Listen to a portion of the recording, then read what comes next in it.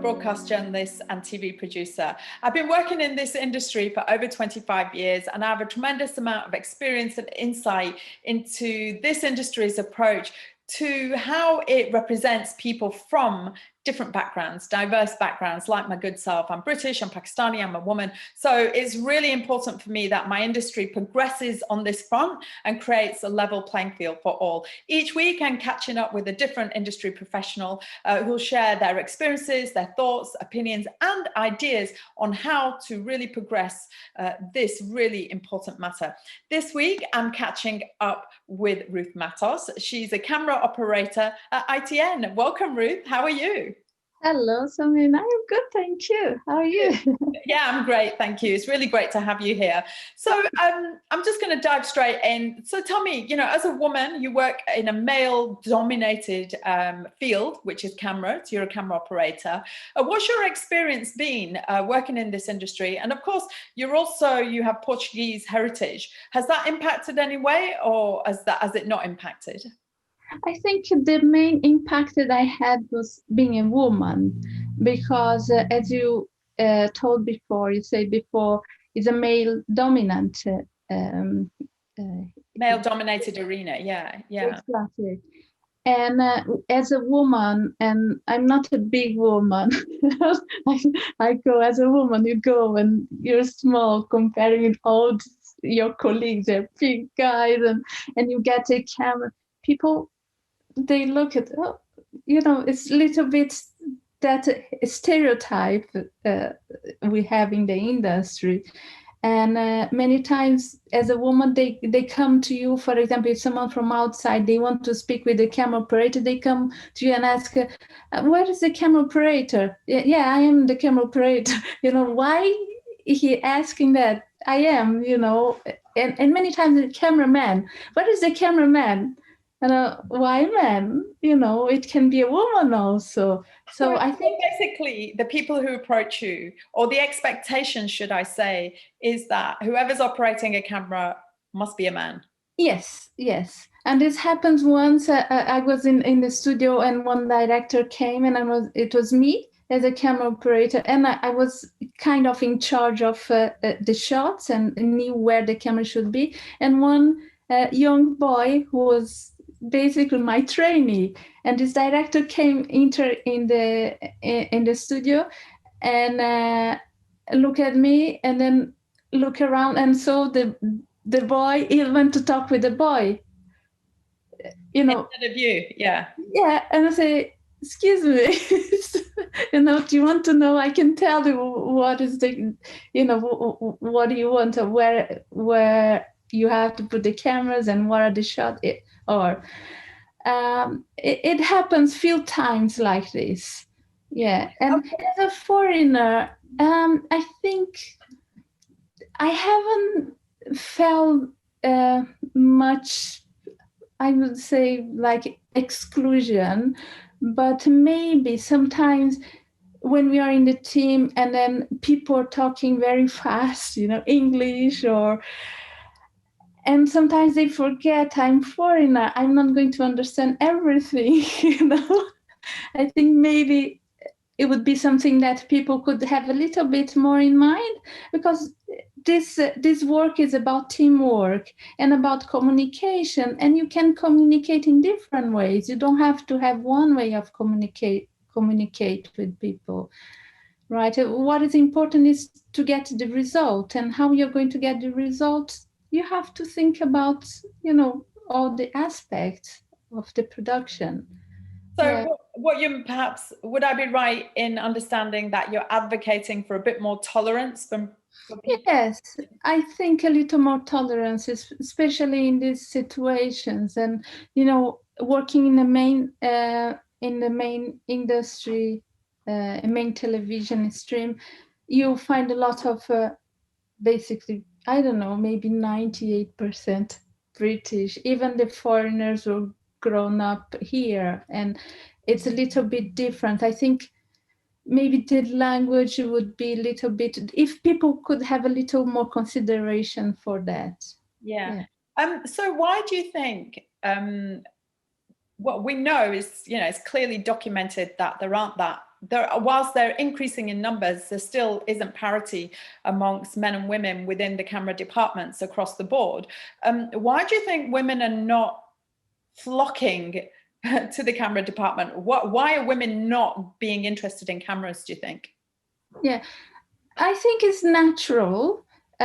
Maybe, I believe it's also natural that women don't have much a technical mind. I'll disagree with you there. And a lot of my friends would be very upset with you because I don't they're say very that. technical. Some of the most technical, geeky people I know are women. They are, but I think it's not in general. I believe, my experience with people I have worked around and friends, I believe maybe men is a little bit more technical than women. What do you think, Ruth? Could it be that from a very young age, we're kind of taught that technical is a boys thing and technical is not a girl's thing? Same in school, same in college, maybe? Yeah, it can be also. It can all influence in when we grown up. And, the other thing is, we talked a little bit before also, because it's a main dominate industry or department, women don't think much. No, I can't do it. I like it. Why shouldn't I do? And it's the same as, a man who likes to do a makeup and they don't go for makeup because there are a lot of women. They feel shy. They feel I cannot do it, but it doesn't mean they cannot do it as good as a woman. And a woman can do it even good or better, I think it's more important is what the result of your work is more important. And if you see more women going, I think if a woman is a camera operator, another woman see a woman being a camera operator, they feel a little more secure. Maybe, no, I can't do it. I will do it. I like it. I want to do it. And they go and start doing it. And I say, okay. It's the same as this just example I said about the makeup. If a man see there are other men doing makeup, oh no, I can do also. Why not? And I guess it just it's a bit more inspiring. Like, oh, they can do it, I can do it. But also, I think there is something about. I'd just like to acknowledge those who do break new ground and go into an area where they're the only ones, that there was a time where women were breaking the barriers and coming into this. So, that has to be acknowledged as well. So with the experience you have and inside knowledge of the business, how do you think productions can improve upon this and encourage more women into the camera department? I think it's just giving examples, more like what you're doing now. You're interviewing a camera operator woman. Other women will see that and then say, oh, I can do also. I get inspired. I can go and do it.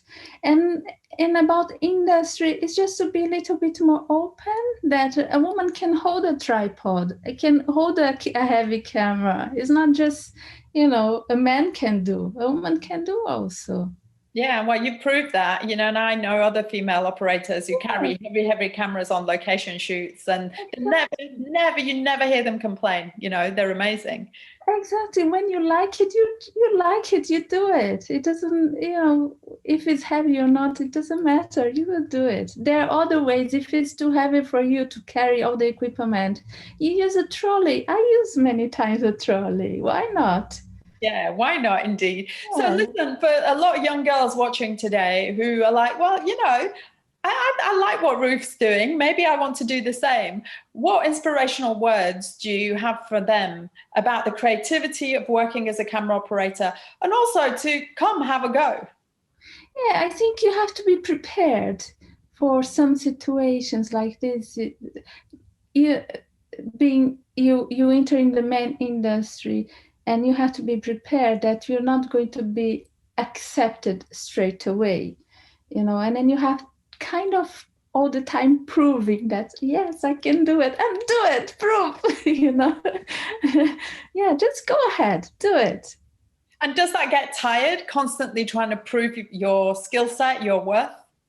Well, it can make you a little bit tired sometimes, but we are changing. I think the industry is changing. It's what you said. You have lots of camera operator women also. You know, you see more and more. Every year you see more and more people coming, and hopefully one day we don't see these differences anymore. Genders differences. You know, it's a camera operator. It's not a cameraman anymore. Before it was a cameraman.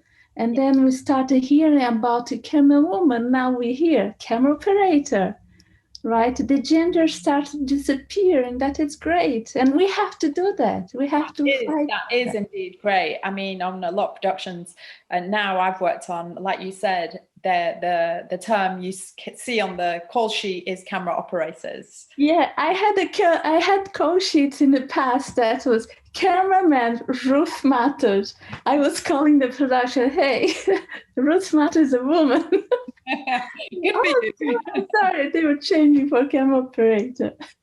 The other thing that I'm taking away from what you said is that you have to develop a little bit of a thick skin, which actually I think I'd advise everybody to develop a thick skin working in this industry because it's so competitive. But then another level of thick skin to deal with what you said, be prepared because you might not always be accepted as a woman, right?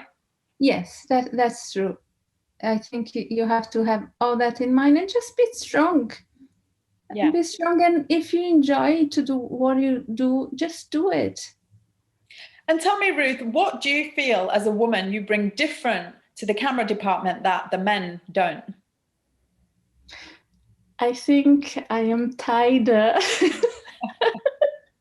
All the equipment now is organized. That's another stereotype, that men are not like outside of women. What are you saying? So okay, we'll move on from that. There's some men who are tidy as well, and women, you know. Yeah. So looking to the future, moving forwards, you know, just give some really like the best advice you can to everybody watching, boys and girls included, who want to get into this business, and people from different backgrounds, you know, because I know, for example, from my heritage, you know, I'm British Pakistani. Being a camera operator isn't something that would be encouraged in my, you know, in my environment. Yeah. Maybe more so now, but certainly not when I was younger. So what's the best piece of advice you can give anybody who's thinking inside, oh, I'd love to do what Ruth is doing today? I think you have just to have an aim to do it and do it. You know, go for it. Fight, work hard, be persistent, and you get it. You get it. And don't forget, it might take 1 year, it might take 7 years, but don't give up. That's amazing advice. I think that's one of the keys to being successful is being persistent and not giving up. Ruth Matos, it's been really lovely to hear you share your experiences today. I really appreciate it. Thanks for joining me. Thank you, Samina. Now, you can catch my interviews with all my different industry guests each week, and they share their experience like Ruth has just done about diversity, inclusion, representation. It'll be great for you to come and join us, and also, you know, get involved in the conversation. Feel free to leave me a message, share your thoughts, opinions, and, you know, what your ideas are on how this industry can be progressed on diversity and inclusion. Well, all that's left for me to say today is a huge thanks again to Ruth Matos, and of course a huge thanks to you for watching. See you next time.